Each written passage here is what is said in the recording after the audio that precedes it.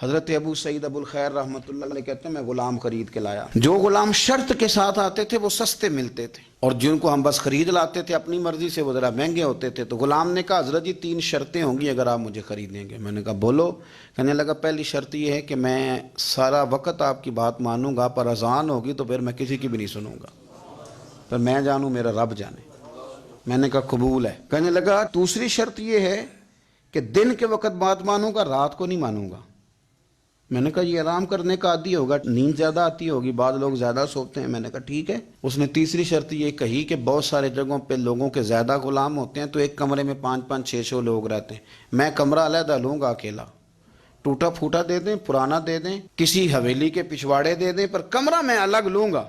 کہتے ہیں میں نے کہا یار یہ بھی قبول ہے. میں اسے گھر لے آیا. میرے دل میں تھوڑا تھوڑا کھٹکا تھا کہ یہ کہتا ہے میں وقت پر نماز کے لیے جاؤں گا، کہیں کام چوری نہ کرے، لیکن فرماتے ہیں یہ تو کام دوسروں سے زیادہ کرتا تھا اور توجہ سے کرتا تھا اور ذوق سے کرتا تھا. 2 دنوں کا کام 1 دن میں کر جاتا. فرماتے ہیں ایک رات کسی مجبوری کے لیے مجھے کوئی پیغام آ گیا، کہیں جانا تھا. میں اور میری اہلیہ اٹھے، حویلی کے پیچھے ایک پرانے کمرے میں وہ رہتا تھا. جب ہم اس کے قریب سے گزرے تو اس کے کمرے کی عجیب حالت دیکھی کہ زمین سے آسمان تک نور ہی نور.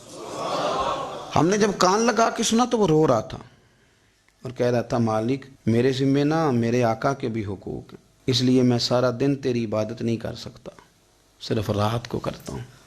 مالک اگر میرے ذمہ تو نے یہ ڈیوٹی نہ رکھی ہوتی تو میں سارا دن بھی تیری بارگاہ میں حاضر رہتا، میں قرآن کی تلاوت کرتا، میں تیرے محبوب پہ درود و سلام پڑھتا، میں یہاں آ جاتا تیری ہی بارگاہ میں، پر میرے حقوق ہیں. اللہ وہ جو دن کی میری غفلتیں ہیں وہ معاف کر دے.